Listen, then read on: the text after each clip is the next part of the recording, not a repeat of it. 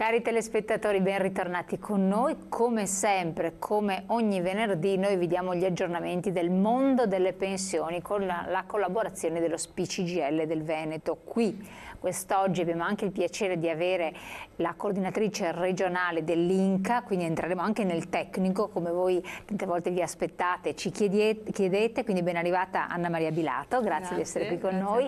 E invece per lo SPCGL abbiamo il responsabile previdenza Giuseppe Di Girolamo, bentornato anche a lei. Buongiorno a tutti. Quante belle questioni che ci sono da affrontare, effettivamente dobbiamo dare un po' un aggiornamento, si è parlato appunto di quota 100, si parla di pensione di cittadinanza, opzione donna, pensione anticipata, l'APE social, ce n'è chi più ne ha più ne metta. Andiamo prima a fare un po' una questione politica, perché poi ci allacciamo alla manifestazione prossima, domani. Esatto, domani di sabato a Roma, significativa. Diteci voi un pochettino anche perché manifestate e il provvedimento, la legge di bilancio, come ne è uscita, che opinione avete? Allora, io direi facciamo questa premessa partendo proprio dalla Fornero. Cioè la legge Fornero, questa legge che è costata tantissimo a noi tutti, insomma, come dire, ha portato tante rigidità, oltre ad una serie di complessità ha portato tante rigidità, a partire dall'età anagrafica, l'allungata per alcuni anche di 6 anni, quindi di un bel po' di più di quello che uno si aspettava di restare nel mondo del lavoro, e soprattutto ha creato quel fenomeno, usato con un brutto termine, che sono gli esodati, cioè quelle persone che ormai non avevano più un lavoro e non avevano neanche più i nuovi criteri per andare in pensione. Quindi noi come organizzazione sindacale siamo riusciti a contrattare in questi 6 anni, nel corso di 3 governi, siamo riusciti a contrattare, come dire, l'uscita per ben 220.000 lavoratori e lavoratrici. Quindi non è una cosa che non ci siamo posti o che non abbiamo fatto, l'abbiamo fatto tenendo conto soprattutto delle persone più deboli, appunto gli esodati, le donne o quei lavoratori, lavoratrici che erano in situazioni particolarmente gravose. Ecco, quindi mi riferisco alle 8 salvaguardie che abbiamo effettuato, che hanno riguardato qualcosa come 140.000 lavoratori e lavoratrici. Sono tantissimi in 6 anni, in meno di 6 anni, insomma. È stata creata l'APE social, che era una cosa che prima non c'era, quindi che ha permesso di uscire dal mondo del lavoro a tutta una serie di persone, che ha riguardato fino al 2018 45.000 persone. E poi l'opzione donna, che dopo Anna spiegherà un po' meglio. Ecco, prima di superare questo discorso qui, che aveva accennato al discorso della Fornero, no? Sì. Per curiosità, perché più volte parlando con diverse persone si sono chieste questo, siccome la Fornero si è resa disponibile a raccontare la sua versione dei fatti sì. E difende strenuamente la sua posizione, i provvedimenti dell'allora governo, questa benedetta... Teniamo conto della... Ecco, voi che cosa avete, vi siete mai confrontati, avete fatto delle obiezioni, visto che avevate in mano... Certamente, allora diciamo questa cosa, a volte noi abbiamo anche la memoria un po' corta, perché ci si chiede ma dove era il sindacato? A parte che il sindacato in tutti questi 6 anni, come anche cifre in mano abbiamo visto, insomma, ha risolto tante questioni e non piccole, insomma, ma era un periodo, il 2011 è stato un anno particolarmente pesante, noi eravamo in una crisi, come dire, mondiale, che era globale, che era molto pesante, con l'Italia che aveva dei conti digestati. La prima cosa che noi abbiamo, come dire, criticato alla Fornero, oltre appunto a aver creato queste questioni, di non aver tenuto conto delle nostre considerazioni, ma soprattutto di aver fatto una riforma dove tutti i miliardi che sono stati risparmiati da quella riforma non sono andati a riformare l'istituto previdenziale, ma sono andati a risanare il debito pubblico. Questa è la prima, come dire, critica che noi muoviamo alla Monti Fornero. Ricordiamo, Monti Fornero, esatto. Insomma. Ma vi è stato obiettato qualcosa nello specifico? Cioè avete mai avuto un incontro diretto con la Fornero? Non direttamente, insomma, noi non direttamente, però ci sono stati anche curioso, così vari dibattiti, sì, dove sono delle botte e risposte, ma sempre in lontananza, insomma. Ecco.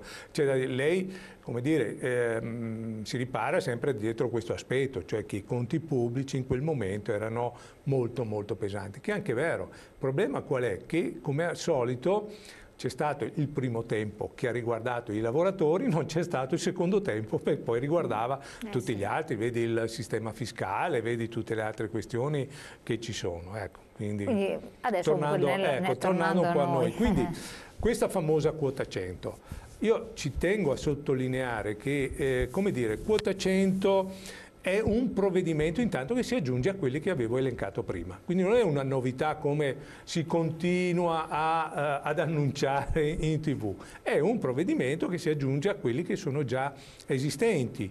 E l'altra questione è che non è una riforma delle pensioni, perché è un provvedimento molto limitato nel tempo.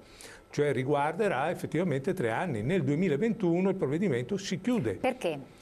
Perché? Per una questione di conti sostanzialmente, perché come dire, i soldi che saranno investiti in questa operazione sono tantissimi.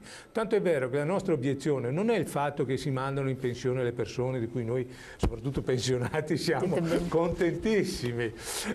Non è questo, è che con quei soldi lì si ipoteca il futuro per prossimi investimenti, perché sono talmente tanti soldi che verranno investiti che per i prossimi 3 anni non si potrà fare più nulla. Ma allora cosa vi sarebbe dovuto fare? Farli andare in pensione come era previsto? Chissà. No, allora, noi abbiamo fatto delle proposte, dopo magari in coda entriamo nel merito, ma non con questo governo. Abbiamo iniziato ancora con i governi precedenti, c'è una piattaforma unitaria dove chiediamo tutta una serie, una vera riforma della Fornero che tiene conto anche dell'equilibrio dei conti. Ecco, questa è un po' la questione.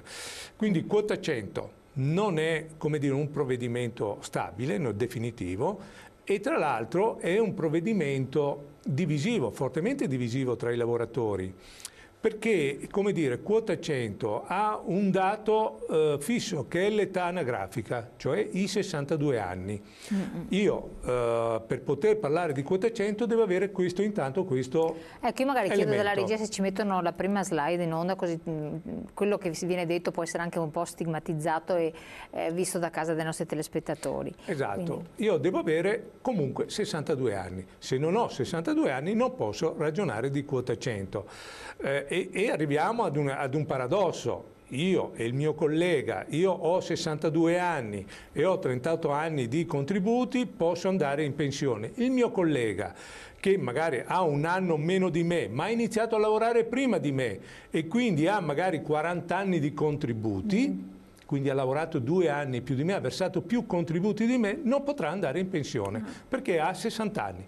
Lui ha 60 anni di età, cioè quindi è del 1959, giusto? Sì, del 1959 ha iniziato a lavorare a 20 anni, quindi ha versato 40 anni di contributi, 60 più 40 fa 100, ma lui resta al lavoro. Il suo collega ha 62 anni ma ha 38 anni di contributi, quindi ha meno contributi, andrà via in pensione. Quindi ci sono dei paradossi che veramente creano delle forti divisioni all'interno del mondo del lavoro, ecco, queste sono, e quindi diciamo crea questa, è divisivo. E poi, però comunque 60 anni, 60-62, che non si tratti di lavori usuranti, ma loro entrano già in una categoria particolare, una persona è ancora giovane. È perché poi entrare troppo nel tecnico rischia di, di non essere compresi, però io se vado in pensione dopo il 2022 subentra la riforma Dini col prorata, per cui andrò in pensione con meno soldi di quello che ci è andato oggi. Aiuta. Però entreremo troppo nel tecnico, allora facciamo rabbrividire. allora è meglio andare al patronato. Quindi capisci, ci sono talmente questioni che sono molto, molto delicate. L'ultima questione è che complica la vita non solo al patronato, ma ai lavoratori e alle lavoratrici, perché intanto introduce dei divieti, poi introduce delle finestre e ultimo introduce la temporalità. È già una giungla. Reintrodurre questi elementi, quindi il divieto, ad esempio il cumulo di lavoro, le finestre perché ci posso andare solo 3 mesi dopo o 6 mesi dopo se sono pubblico impiego, la temporalità appunto 2022 o 2026 perché ci sono varie scadenze, tutto questo complica ulteriormente le questioni. Ecco perché noi avremmo preferito avviare un tavolo di trattativa, e lo sciopero di domani riguarda anche questo aspetto, proprio per trattare tutti questi aspetti, cioè delle diversità che si creano tra lavoratori, del non tener conto ad esempio delle donne, che è solo per un anno l'opzione donna, dopo cosa succederà? Ecco, quindi, come dire, un tavolo dove affrontare tutte queste questioni che secondo noi mettono sullo stesso piano tutti i lavoratori. Perfetto, restiamo su quota 100 e andiamo sul tecnico. Sì, sì. Allora, come possiamo raccontarla, spiegarla bene? Sì, diciamo che approfondendo che quei pochi... Esatto, ha già gli elementi fondamentali li ha già elencati. Quindi io chiedo dalla regia se intanto ci mettono in onda anche la seconda slide. Esatto. La pensione anticipata quota 100 ha comunque una durata temporanea, come diceva appunto Giuseppe, dal 2019 al 2021. Potranno accedere a questo trattamento pensionistico i lavoratori che hanno 38 anni di contributi e 62 anni di età, e viene introdotta, diciamo, il meccanismo delle finestre. Per i lavoratori dipendenti, i lavoratori autonomi che hanno perfezionato il requisito entro il 31 dicembre del 2018, cioè l'anno scorso, potranno andare in pensione a decorrere dal 1° di aprile del 2019. Mentre per coloro che perfezionano il requisito dal 1° gennaio 2019 dovranno attendere 3 mesi di finestra dal requisito stesso maturato. Perciò anche qui introduciamo quelle finestre che erano state a suo tempo abrogate dalla Fornero e che in qualche modo ritornano, ma non solo per la pensione anticipata, vedremo anche per gli altri trattamenti pensionistici. Sono funzionali a qualche cosa? Sono utili? Sono funzionali al fatto che comunque di fatto limiti l'accesso, perché comunque protrai quel pensionamento che altrimenti sarebbe avvenuto diciamo al requisito compiuto. Tante domande per questo? Tante domande, perché poi c'è anche la slide successiva, se possibile metterla, per quanto riguarda il pubblico impiego, perché anche qui siamo all'opzione donna, quella prima sull'anticipata quota 100 per... Sì, quella precedente. Allora. Esatto, sul pubblico impiego viene diversificato l'accesso al pensionamento per il dipendente del settore pubblico. Quindi il personale della scuola potrà accedere al pensionamento a decorrere dall'1 settembre se perfezionano il requisito entro il 31 12. Sì, perché la scuola ha una sua caratteristica, che il personale della scuola può solo accedere solo a inizio anno scolastico, ma questo voglio dire, la decorrenza del 1° settembre è sempre stata anche per le altre trattamenti pensionistici. Questa è una caratteristica proprio del personale della scuola. Il dipendente pubblico però in realtà non ha 3 mesi di finestra, ma bensì ne ha 6 mesi di finestra, e il primo accesso utile per il dipendente pubblico è di fatto dal 1° di settembre del 2019 e che in qualche modo introduce questo meccanismo appunto di 6 mesi di finestra, considerando che appunto obbliga in qualche modo il dipendente pubblico a dover attendere i 6 mesi, anche se di fatto, diciamo, dal punto di vista contrattuale. Secondo voi, perché poi le cose che ci chiedono sono sempre queste, secondo la vostra esperienza e quindi alla luce di tutto il passato progresso che abbiamo, se una persona ha maturato i requisiti, conviene che si faccia avanti per andare in pensione, quindi carpe diem, prendere al volo eccetera, come è successo in passato per tante situazioni, oppure attenzione, ci sono degli alert, perché gli alert voi li avete messi con l'opzione donna ben chiaramente, detto attenzione, solo coloro che si trovano in una certa situazione, perché poi vi trovate una pensione veramente da fame, che viene da piangere, uno ci ripensa 20 volte a quello che ha fatto, preso dall'entusiasmo. Ci sono 2 elementi secondo me fondamentali da tenere in considerazione per quanto riguarda la pensione quota 100. L'elemento è il calcolo di pensione, perché appunto ci viene chiesto da tutti, sia pubblici che privati, devono avere la consapevolezza di che cosa poi è questo importo di pensione, perché poi devono fare i calcoli con la quotidianità e come riuscire a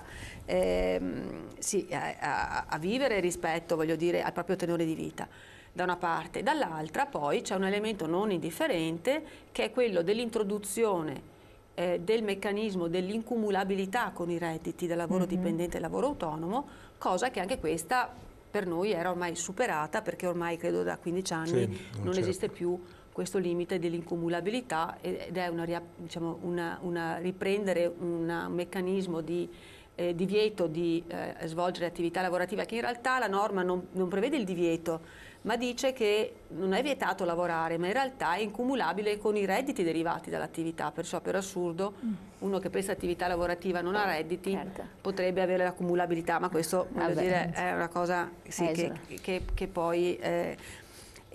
introduce però, ecco, un meccanismo, riconosce solo la possibilità di cumulare con redditi da lavoro autonomo ma di tipo occasionale nel limite di 5.000 euro. Ah, in classico limite di 5.000 euro, credo come collaboratori. Esatto, ecco, l'unico elemento di possibilità di tenere, perciò la scelta poi delle persone se accedere alla pensione anticipata a quota 100 oppure attendere la successiva, diciamo, opportunità dal punto di vista previdenziale è spesso determinata dal fatto, dettato dall'importo di pensione da una parte e dall'altro sulla possibilità o meno di prestare attività lavorativa. Perfetto, interrompo un attimo.